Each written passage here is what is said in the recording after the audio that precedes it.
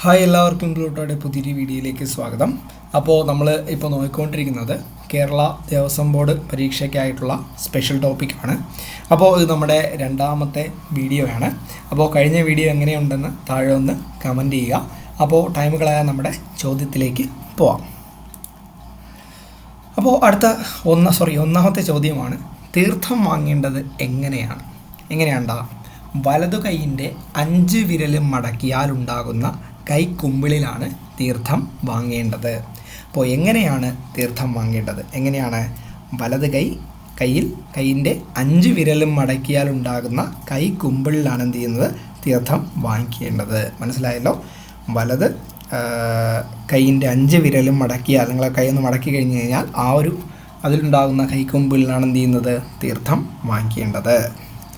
അടുത്ത ചോദ്യം, പുണ്യാഹം എന്ന പദത്തിലെ ഹാകാരം എന്തിനെ കുറിക്കുന്നു? സ്ഥാനശുദ്ധിയെ കുറിക്കുന്നു. ഇപ്പോൾ പുണ്യാഹം എന്ന പദത്തിലെ ഹ എന്ന് പറയുന്ന കാരം എന്തിനെ കുറിക്കുന്നു?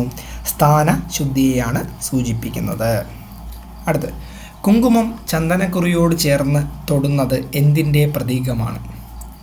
വിഷ്ണുമായ പ്രതീകമാണ്. അപ്പോൾ കുങ്കുമം ചന്ദനക്കുറിയോട് ചേർത്ത് തൊടുന്നത് എന്തിൻ്റെ പ്രതീകമാണടാ? വിഷ്ണുമായ പ്രതീകമാണ്. അപ്പോൾ കുങ്കുമം ചന്ദനക്കുറിയോട് ചേർന്ന് തൊടുന്നത് എന്തിൻ്റെ പ്രതീകമാണ്? വിഷ്ണുമായ പ്രതീകമാണ്. അടുത്ത്, പ്രതിഷ്ഠാവിഗ്രഹം തന്നെ അർച്ചനയ്ക്ക് ഉപയോഗിക്കുമ്പോൾ പറയപ്പെടുന്ന പേര് എന്താണ്? ചലാചലമെന്നാണ്. ഇപ്പോൾ പ്രതിഷ്ഠാവിഗ്രഹം തന്നെ അർച്ചനയ്ക്ക് ഉപയോഗിക്കുമ്പോൾ പറയപ്പെടുന്ന പേരെന്താണ്? ചലാചലമെന്നാണ് പറയുന്നത്. ഇപ്പോൾ പ്രതിഷ്ഠാവിഗ്രഹം അത് തന്നെ അർച്ചനയ്ക്ക് ഉപയോഗിക്കുമ്പോൾ പറയപ്പെടുന്ന പേരെന്താണ്? ചലാചലമെന്നാണ് പറയപ്പെടുന്നത്. അടുത്ത്, ദേവപ്രീതിക്കായി വിധിച്ചിട്ടുള്ള നമസ്കാരം എന്താണ്? സാഷ്ടാംഗ നമസ്കാരമാണ്.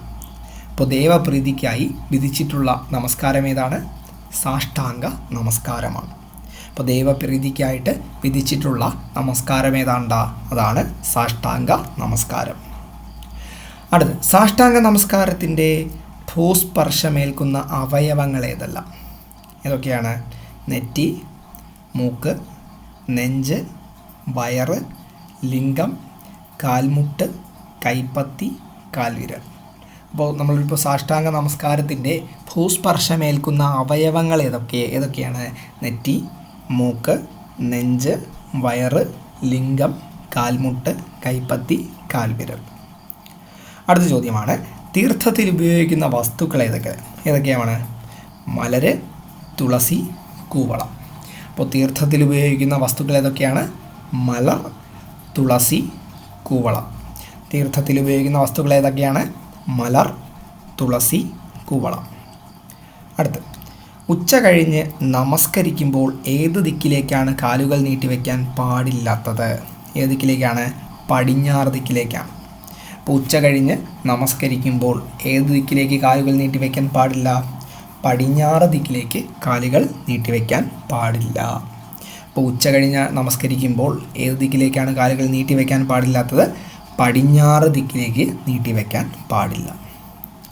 അടുത്ത ചോദ്യം, ദേഹം ദേവാലയവും അതിനുള്ളിലെ ജീവൻ സദാശിവവുമാണെന്ന് പറയുന്ന ഗ്രന്ഥം ഏതാണ്ടാ?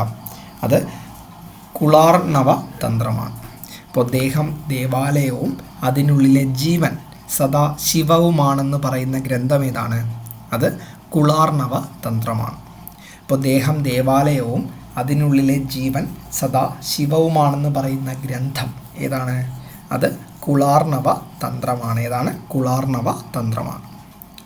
അടുത്ത്, ശിവൻ പാർവതിക്ക് ഉപദേശിച്ചു കൊടുത്ത തന്ത്രം ഏതു പേരിൽ അറിയപ്പെടുന്നു? ആഗമശാസ്ത്രമാണ്. ഇപ്പോൾ ശിവൻ പാർവതിക്ക് ഉപദേശിച്ചു കൊടുത്ത തന്ത്രം ഏതാണ്ടാ? അതാണ് ആഗമശാസ്ത്രം. ശിവൻ പാർവതിക്ക് ഉപദേശിച്ചു കൊടുത്ത തന്ത്രം ഏതാണ്? അതാണ് ആഗമശാസ്ത്രം. അടുത്ത ചോദ്യം, സുപ്രസിദ്ധ ക്ഷേത്രശില്പ ഗ്രന്ഥം വിശ്വകർമ്മ്യം ഈ ശരീരം തന്നെയാണ് ക്ഷേത്രം എന്ന് പറയുന്ന ഗ്രന്ഥം ഏതാണ്? ഭഗവത്ഗീതയാണ്. സുപ്രസിദ്ധ ക്ഷേത്രശില്പ ഗ്രന്ഥം വിശ്വകർമ്മ്യം ഈ ശരീരം തന്നെയാണ് ക്ഷേത്രം എന്ന് പറയുന്ന ഗ്രന്ഥം ഏതാണ്? അത് ഭഗവത്ഗീതയാണ്. ഒന്നുകൂടി പറയാം, സുപ്രസിദ്ധ ക്ഷേത്രശില്പ ഗ്രന്ഥം വിശ്വകർമ്മ്യം ഈ ശരീരം തന്നെയാണ് ക്ഷേത്രം എന്ന് പറയുന്ന ഗ്രന്ഥം ഏതാണ്? അത് ഭഗവത്ഗീതയാണ്. ക്ഷേത്രത്തിൽ ചുരുങ്ങിയത് എത്ര പ്രാവശ്യമാണ് പ്രദക്ഷിണം ചെയ്യേണ്ടത്? 3 പ്രാവശ്യമാണ്. അപ്പോൾ ഒരു ക്ഷേത്രത്തിൽ ചുരുങ്ങിയത് എത്ര പ്രാവശ്യം പ്രദക്ഷിണം വയ്ക്കണം? 3 പ്രാവശ്യം പ്രദക്ഷിണം വയ്ക്കണം. അപ്പോൾ ക്ഷേത്രത്തിൽ ചുരുങ്ങിയ എത്ര പ്രാവശ്യം പ്രദക്ഷിണം വയ്ക്കണം? 3 പ്രാവശ്യം പ്രദക്ഷിണം വയ്ക്കണം. അടുത്ത്, മൂന്നെണ്ണത്തിലുള്ള ഭസ്മക്കുറി തൊടുവാൻ ആർക്കാണ് അധികാരമുള്ളത്? ആർക്കാണ്? അത് സന്യാസിക്കാണ് അധികാരമുള്ളത്. അപ്പോൾ 3 തരത്തിലുള്ള ഭസ്മക്കുറി തൊടുവാൻ അധികാരമുള്ള വ്യക്തി ആരാണ്? അത് സന്യാസിയാണ്. അപ്പോൾ 3 തരത്തിലുള്ള ഭസ്മക്കുറി തൊടുവാൻ അധികാരമുള്ളത് ആരാണ്? അത് സന്യാസിയാണ്. അടുത്ത ചോദ്യം, കുങ്കുമം ഭസ്മക്കുറിയോട് ചേർന്ന് തൊടുന്നത് എന്തിൻ്റെ പ്രതീകമാണ്? ചോദ്യം ശ്രദ്ധിക്കുക. എന്താണ്? കുങ്കുമം ഭസ്മക്കുറിയോട് ചേർന്ന് തൊടുന്നത് എന്തിൻ്റെ പ്രതീകമാണ്? ശിവശക്തിയാത്മകത്തിൻ്റെ പ്രതീകമാണ്. ഇപ്പോൾ ഭസ്മം ശിവൻ്റെ ഒരു പ്രതീകമാണെന്ന് നമുക്കറിയാം. അപ്പോൾ കുങ്കുമം ഭസ്മക്കുറിയോട് ചേർത്ത് തൊടുന്നത് എന്തിൻ്റെ പ്രതീകമാണ്? ശിവശക്തിയാത്മകത്തിൻ്റെ പ്രതീകമാണ്. ഒന്നുകൂടി, കുങ്കുമം ഭസ്മക്കുറിയോട് ചേർത്ത് തൊടുന്നത് എന്തിൻ്റെ പ്രതീകമാണ്ട? ശിവശക്തിയാത്മകത്തിൻ്റെ പ്രതീകമാണ്. അടുത്ത്, ദേവീ സ്വരൂപമായ കുങ്കുമം എങ്ങനെയാണ് തൊടേണ്ടത്? എങ്ങനെയാണ്? പുരികങ്ങൾക്ക് മധ്യേ വൃത്താകൃതിയിലാണ് തൊടേണ്ടത്. അപ്പോൾ ദേവീ സ്വരൂപമായ കുങ്കുമം എങ്ങനെയാണ് തൊടേണ്ടത്? പുരികങ്ങൾക്ക് മധ്യേ വൃത്താകൃതിയിലാണ് തൊടേണ്ടത്. അപ്പോൾ ദേവീ സ്വരൂപമായ കുങ്കുമം എങ്ങനെയാണ് തൊടേണ്ടത്? പുരികങ്ങൾക്ക് മധ്യേ വൃത്താകൃതിയിലാണ് തൊടേണ്ടത്. അടുത്ത ചോദ്യം, തുളസി തീർത്ഥം സേവിക്കുന്നതിലൂടെ ഉണ്ടാകുന്ന ഗുണം എന്ത് ഗുണമാണ്? പ്രതിരോധ ശക്തിയും രോഗശാന്തിയുമാണ്. തുളസി തീർത്ഥം സേവിക്കുന്നതിലൂടെ ഉണ്ടാകുന്ന ഗുണം എന്താണ്? പ്രതിരോധ ശക്തി, രോഗശാന്തി. അപ്പോൾ തുളസി തീർത്ഥം സേവിക്കുന്നതിലൂടെ ഉണ്ടാകുന്ന ഗുണം എന്താണ്? പ്രതിരോധ ശക്തിയും രോഗശാന്തിയും. അടുത്ത്, ദേവനെ മന്ത്രപൂർവ്വം അഭിഷേകം ചെയ്ത ജലധാരയ്ക്ക് പറയുന്ന പേര് എന്താണ്? അതിനെയാണ് നമ്മൾ തീർത്ഥമെന്ന് പറയുന്നത്. അപ്പോൾ ദേവനെ മന്ത്രപൂർവ്വം അഭിഷേകം ചെയ്ത ജലധാരയ്ക്ക് പറയുന്ന പേര് എന്താണ്? തീർത്ഥമെന്നാണ് പറയുന്നത്. അപ്പോൾ ദേവനെ മന്ത്രപൂർവ്വം അഭിഷേകം ചെയ്ത ജലധാരയ്ക്ക് പറയുന്ന പേരെന്താണ്? തീർത്ഥമെന്നാണ് പറയുന്നത്. ദേവനെ മന്ത്രപൂർവ്വം അഭിഷേകം ചെയ്ത ജലധാരയ്ക്ക് പറയുന്ന പേരെന്താണ്? തീർത്ഥം. അടുത്ത ചോദ്യം, ഏതിൻ്റെ പ്രതീകമായാണ് ചന്ദനക്കുറി മുകളിലേക്ക് അണിയുന്നത്? എന്തിൻ്റെ പ്രതീകമായിട്ടാണ്? സുഷുമ്നാ നാഡിയുടെ പ്രതീകമായിട്ടാണ്. അപ്പോൾ ഏതിൻ്റെ പ്രതീകമായിട്ടാണ് ചന്ദനക്കുറി മുകളിലേക്ക് അണിയുന്നത്? അത് സുഷുമ്നാ നാഡിയുടെ പ്രതീകമായിട്ടാണ് ചന്ദനക്കുറി മുകളിലേക്ക് അണിയുന്നത്. അടുത്ത്, ധ്വജത്തിലെ വാഹനം എന്തിനെ പ്രതിനിധീകരിക്കുന്നു? പുരുഷ പ്രതീകത്തെയാണ് കാണിക്കുന്നത്. അപ്പോൾ ധ്വജത്തിലെ വാഹനം എന്തിനെ പ്രതിനിധീകരിക്കുന്നു? പുരുഷ പ്രതീകത്തെയാണ് കാണിക്കുന്നത്. അപ്പോൾ ധ്വജത്തിലെ വാഹനം എന്തിനെയാണ് പ്രതിനിധീകരിക്കുന്നത്? പുരുഷ പ്രതീകത്തെയാണ് ധ്വജത്തിലെ വാഹനം പ്രതിനിധീകരിക്കുന്നത്. അടുത്ത ചോദ്യം, ക്ഷേത്ര ഗോപുരത്തിന് മുകളിൽ ഉയർത്തുന്ന ഹിന്ദുവിൻ്റെ ധ്വജത്തിൻ്റെ നിറം എന്ത് നിറമാണ്? അത് കാവി നിറമാണ്. എല്ലാവർക്കും അറിയാം. ക്ഷേത്രം നോക്കിയാൽ നിങ്ങൾക്ക് മനസ്സിലാവും. ക്ഷേത്ര ഗോപുരത്തിന് മുകളിൽ ഉയർത്തുന്ന ഹിന്ദുവിൻ്റെ ധ്വജത്തിൻ്റെ നിറം എന്താണ്? അത് കാവി നിറമാണ്. നമ്മൾ ശ്രദ്ധിച്ചു കഴിഞ്ഞാൽ കോവിലിൻ്റെ മണ്ടയിലൊക്കെ ചില ഉത്സവങ്ങളിലൊക്കെ കാണാം. ക്ഷേത്ര ഗോപുരത്തിന് മുകളിൽ ഉയർത്തുന്ന ഹിന്ദുവിൻ്റെ ധ്വജത്തിൻ്റെ നിറം എന്താണ്ട? അത് കാവി നിറമാണ്. എന്ത് നിറമാണ്? കാവി നിറമാണ്. അടുത്ത്, സീതാ സ്വയംവരം കഴിഞ്ഞ് അയോധ്യയിലേക്ക് മടങ്ങിയ സീതാരാമാദികളെ തടഞ്ഞത് ആരാണ് തടഞ്ഞത്? അത് പരശുരാമനാണ് തടഞ്ഞത്. അപ്പോൾ സീതാ സ്വയംവരം കഴിഞ്ഞ് അയോധ്യയിലേക്ക് മടങ്ങിയ സീതാരാമാദികളെ, അതായത് സീതയെയും രാമനെയും തടഞ്ഞത് ആരാണ്? അത് പരശുരാമനാണ് തടഞ്ഞത്. അപ്പോൾ സീതാ സ്വയംവരം കഴിഞ്ഞ് അയോധ്യയിലേക്ക് മടങ്ങിയ സീതാരാമാദികളെ തടഞ്ഞത് ആരാണ്? അത് പരശുരാമനാണ്. അടുത്ത ചോദ്യം, ഹരിശ്ചന്ദ്രന് യാഗ പശുവായി പോകാൻ തയ്യാറായ രാജകുമാരൻ ശുനശോഭനാണ്. അപ്പോൾ ഹരിശ്ചന്ദ്രന് യാഗ പശുവായി പോകാൻ തയ്യാറായ രാജകുമാരൻ ആരാണ്? ശുനശോഭനാണ്. അപ്പോൾ ഹരിശ്ചന്ദ്രന് യാഗ പശുവായി പോകാൻ തയ്യാറായ രാജകുമാരൻ ആരാണ്ട? ശുനശോഭനാണ്. ശുനശോഭനാണ് അങ്ങനെ തയ്യാറായത്. അടുത്ത്, ഏറ്റുമാനൂരപ്പന് 7.5 പൊന്നാന കാഴ്ചവെച്ച് ആരാണ്? അത് അനിഴം തിരുനാൾ മാർത്താണ്ഡവർമ്മയാണ്. അപ്പോൾ ഏറ്റുമാനൂരപ്പന് 7.5 പൊന്നാന കാഴ്ചവെച്ചത് ആരാണ്? അനിഴം തിരുനാൾ മാർത്താണ്ഡ വർമ്മയാണ്. അപ്പോൾ ഏറ്റുമാനൂരപ്പനെ 7.5 പൊന്നാന കാഴ്ചവെച്ചതാരാണ്? അനിഴം തിരുനാൾ മാർത്താണ്ഡ വർമ്മയാണ്. അപ്പോൾ ഏറ്റുമാനൂരപ്പനെ 7.5 പൊന്നാന കാഴ്ചവെച്ചതാരാണ്? അനിഴം തിരുനാൾ മാർത്താണ്ഡ വർമ്മയാണ്. അപ്പോൾ ഏറ്റുമാനൂരപ്പനെ 7.5 പൊന്നാന കാഴ്ചവെച്ചതാരാണ്? അനിഴം തിരുനാൾ മാർത്താണ്ഡ വർമ്മയാണ്. അടുത്ത ചോദ്യം, ക്ഷേത്രപ്രവേശന വിളംബരം നടത്തിയ ഭരണാധികാരി ആരാണ്ടാ? അത് ശ്രീ ചിത്തിര തിരുനാൾ ബാലരാമ വർമ്മയാണ്. ഇപ്പോൾ ക്ഷേത്രപ്രവേശന വിളംബരം നടത്തിയ ഭരണാധികാരി ആരാണ്? ശ്രീ ചിത്തിര തിരുനാൾ ബാലരാമവർമ്മ. ഒന്നുകൂടി പറയാം, ക്ഷേത്രപ്രവേശന വിളംബരം നടത്തിയ ഭരണാധികാരി ആരാണ്? ശ്രീ ചിത്തിര തിരുനാൾ ബാലരാമ വർമ്മയാണ്. അടുത്ത ചോദ്യം, അയ്യപ്പ സന്നിധിയിൽ എത്തിച്ചേരാൻ എത്ര പടികൾ കയറണം? നമുക്ക് എല്ലാവർക്കും അറിയാം, എത്രയാണ്? 18 പടികൾ. പടികൾ കഠിനം പൊന്നയ്യപ്പ എന്ന് പറയുന്ന ആ ഒരു വാക്ക് നമുക്കറിയാമല്ലോ, ആ ഒരു സംഭവം എല്ലാവർക്കും അറിയാതെ. അപ്പോൾ അയ്യപ്പ സന്നിധി എത്തിച്ചേരാൻ എത്ര പടികളുണ്ട്? 18 പടികളുണ്ട്. എത്ര പടികളാണ്? 18 പടികളുണ്ട്. അടുത്ത്, തിരുവില്ലാമലയിലെ പ്രതിഷ്ഠകൾ ആരുടെയെല്ലാമാണ്? ആരുടെയെല്ലാമാണ്?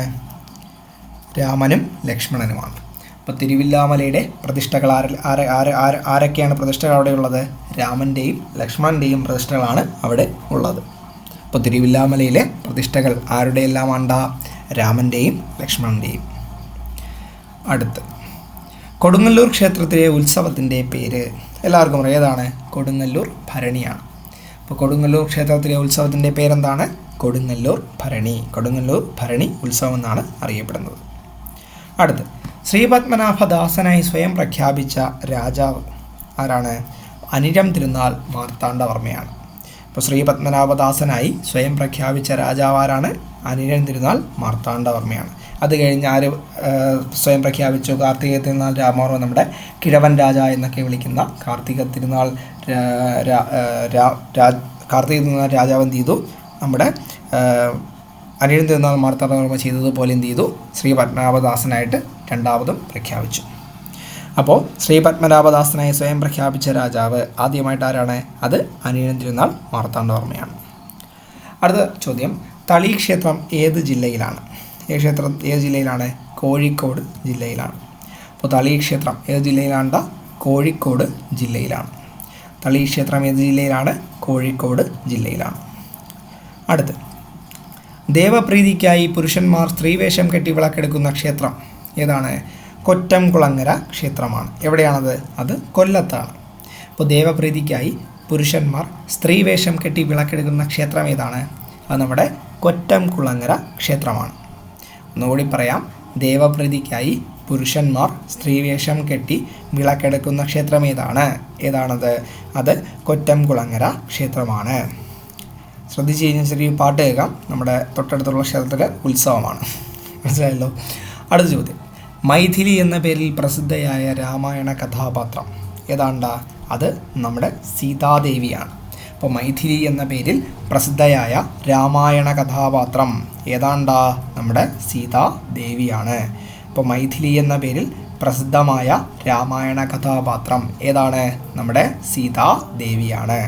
അപ്പോൾ നമുക്ക് എന്ത് ചെയ്യാം? പഠിച്ച കാര്യങ്ങൾ ഒന്നുകൂടി റിവൈസ് ചെയ്തിട്ട് എന്ത് ചെയ്യാം? ഈ ഒരു വീഡിയോ അവസാനിപ്പിക്കാം. അപ്പോൾ നമ്മൾ പറഞ്ഞ ഒന്നാമത്തെ ചോദ്യം, തീർത്ഥം വാങ്ങേണ്ടത് എങ്ങനെയാണ്? വലതു കൈയിൻ്റെ 5 വിരലും മടക്കിയാലുണ്ടാകുന്ന കൈക്കുമ്പിളിലാണ് തീർത്ഥം വാങ്ങിക്കേണ്ടത്. അടുത്ത ചോദ്യം, പുണ്യാഹം എന്ന പദത്തിലെ ഹാകാരം എന്തിനെ കുറിക്കുന്നു? സ്ഥാനശുദ്ധിയെയാണ് ഹാകാരം കുറിക്കുന്നത്. അടുത്ത ചോദ്യം, കുങ്കുമം ചന്ദനക്കുറിയോട് ചേർത്ത് തൊടുന്നത് എന്തിൻ്റെ പ്രതീകമാണടാ? വിഷ്ണുമായയുടെ പ്രതീകമാണ്. അടുത്ത ചോദ്യം, പ്രതിഷ്ഠാവിഗ്രഹം തന്നെ അർച്ചനയ്ക്ക് ഉപയോഗിക്കുമ്പോൾ പറയപ്പെടുന്ന പേര് എന്താണ്?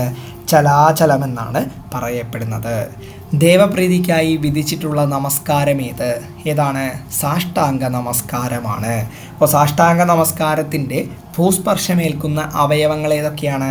നെറ്റി, മൂക്ക്, നെഞ്ച്, വയറ്, ലിംഗം, കാൽമുട്ട്, കൈപ്പത്തി, കാൽവിരൽ. തീർത്ഥത്തിൽ ഉപയോഗിക്കുന്ന വസ്തുക്കൾ ഏതെല്ലാമാണ്ടാ? മലര്, തുളസി, കൂവളം. അടുത്ത്, ഉച്ച കഴിഞ്ഞ് നമസ്കരിക്കുമ്പോൾ ഏത് ദിക്കിലേക്കാണ് കാലുകൾ നീട്ടിവെക്കാൻ പാടില്ലാത്തത്? ഏത് ദിക്കിലേക്കാണ്? പടിഞ്ഞാറ് ദിക്കിലേക്കാണ് കാല് നീട്ടിവെക്കാൻ പാടില്ലാത്തത്.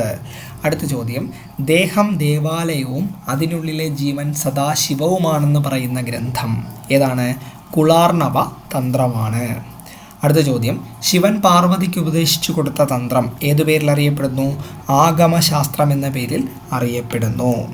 അടുത്ത്, സുപ്രസിദ്ധ ക്ഷേത്രശില്പ ഗ്രന്ഥം വിശ്വകർമ്മ്യം ഈ ശരീരം തന്നെയാണ് ക്ഷേത്രം എന്ന് പറയുന്ന ഗ്രന്ഥം ഏതാണ്?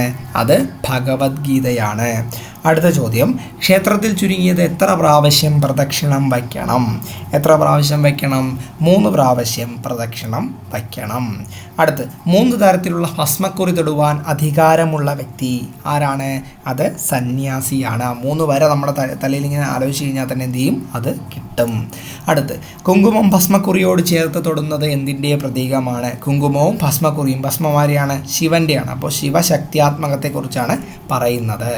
അടുത്ത്, ദേവീ സ്വരൂപമായ കുങ്കുമം എങ്ങനെ തൊടണം? പുരികങ്ങൾക്ക് മധ്യേ വൃത്താകൃതിയിലാണ് തൊടേണ്ടത്. അടുത്ത്, തുളസി തീർത്ഥം സേവിക്കുന്നതിലൂടെ ഉണ്ടാകുന്ന ഗുണം എന്താടാ? പ്രതിരോധ ശക്തിയും രോഗശാന്തിയും ഉണ്ടാകുന്നു. അടുത്ത്, ദേവനെ മന്ത്രപൂർവ്വം അഭിഷേകം ചെയ്ത ജലധാരയ്ക്ക് പറയുന്ന പേര് എന്തെന്ന് പറയുന്നു? അതിനെയാണ് നമ്മൾ തീർത്ഥമെന്ന് പറയുന്നത്. അടുത്ത ചോദ്യം, ഏതിൻ്റെ പ്രതീകമായാണ് ചന്ദനക്കുറി മുകളിലേക്ക് അണിയുന്നത്? ഏതിൻ്റെ പ്രതീകമായാണ്? സുഷുമ്നാ നാഡിയുടെ പ്രതീകമായിട്ടാണ് ചന്ദനം മുകളിലേക്ക് അണിയുന്നത്. അടുത്ത ചോദ്യം, ധ്വജത്തിലെ വാഹനം എന്തിനെ പ്രതിനിധീകരിക്കുന്നു? എന്തിനെ പ്രതിനിധീകരിക്കുന്നു? പുരുഷ പ്രതീകത്തെ പ്രതിനിധീകരിക്കുന്നു. അടുത്ത്, ക്ഷേത്രഗോപുരത്തിന് മുകളിൽ ഉയർത്തുന്ന ഹിന്ദുവിൻ്റെ ധ്വജത്തിൻ്റെ നിറം എന്താണ്? കാവിയാണ്. നമ്മുടെ ഈ ഇതിൻ്റെ മുകളിലും താഴെയും ഞാൻ ചെയ്തിരിക്കുന്നത് എന്താണ്? കാവി കളറാണ്. അപ്പോൾ കാവിയാണ് ധ്വജത്തിൻ്റെ നിറം എന്ന് പറയുന്നത്. അടുത്ത്, സീതാ സ്വയംവരം കഴിഞ്ഞ് അയോധ്യയിലേക്ക് മടങ്ങിയ സീതാരാമാദികളെ തടഞ്ഞ വ്യക്തി ആരാണ്? നമ്മുടെ പരശുരാമനാണ്. അടുത്ത്, ഹരിശ്ചന്ദ്രന് യാഗപശുവായി പോകാൻ തയ്യാറായ രാജകുമാരൻ ആരാണ്? ശുനശോഭനാണ്. അടുത്ത്, ഏറ്റുമാനൂരപ്പന് 7.5 പൊന്നാന കാഴ്ചവെച്ച വ്യക്തി ആരാണ്? അനിഴം തിരുനാൾ മാർത്താണ്ഡവർമ്മയാണ്. അടുത്ത്, ക്ഷേത്രപ്രവേശന വിളംബരം നടത്തിയ ഭരണാധികാരി ആരാണ്ട?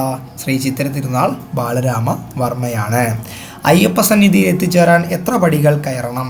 18 പടികൾ കയറണം. അടുത്ത്, തിരുവില്ലാമലയിലെ പ്രതിഷ്ഠകൾ ആരുടെയെല്ലാമാണ്? രാമൻ്റെയും ലക്ഷ്മണൻ്റെയും. കൊടുങ്ങല്ലൂർ ക്ഷേത്രത്തിലെ ഉത്സവത്തിൻ്റെ പേര് എന്താണ്? കൊടുങ്ങല്ലൂർ ഭരണിയാണ്. ശ്രീപത്മനാഭദാസനായി സ്വയം പ്രഖ്യാപിച്ച രാജാവ് അത് നമ്മുടെ അനിഴം തിരുനാൾ മാർത്താണ്ഡവർമ്മയാണ്. തളി ക്ഷേത്രം സ്ഥിതി ചെയ്യുന്ന ജില്ല കോഴിക്കോട് ജില്ല. ദേവപ്രീതിക്കായി പുരുഷന്മാർ സ്ത്രീവേഷം കെട്ടി വിളക്കെടുക്കുന്ന ക്ഷേത്രം കൊറ്റംകുളങ്ങര ക്ഷേത്രം. മൈഥിലി എന്ന പേരിൽ പ്രസിദ്ധയായ രാമായണ കഥാപാത്രം സീത. ദശരഥൻ്റെ സൈന്യത്തിലെ കുതിരകളെ എവിടെ നിന്നാണ് കൊണ്ടുവന്നത്? നമുക്ക് അടുത്ത വീഡിയോ എന്ത് ചെയ്യാം നോക്കാം. അപ്പോൾ ഇത്രയാണ് നമ്മൾ ഈ ഒരു വീഡിയോയിൽ നോക്കിയത്. മനസ്സിലായെന്ന് വിചാരിക്കുന്നു. എന്തെങ്കിലും ഉണ്ടെങ്കിൽ എന്ത് ചെയ്യുക? താഴെ ഒന്ന് ജസ്റ്റ് ഒന്ന് കമൻറ്റ് ചെയ്താൽ മതി. അപ്പോൾ ഓക്കെ, അടുത്ത വീഡിയോയിൽ കാണാം.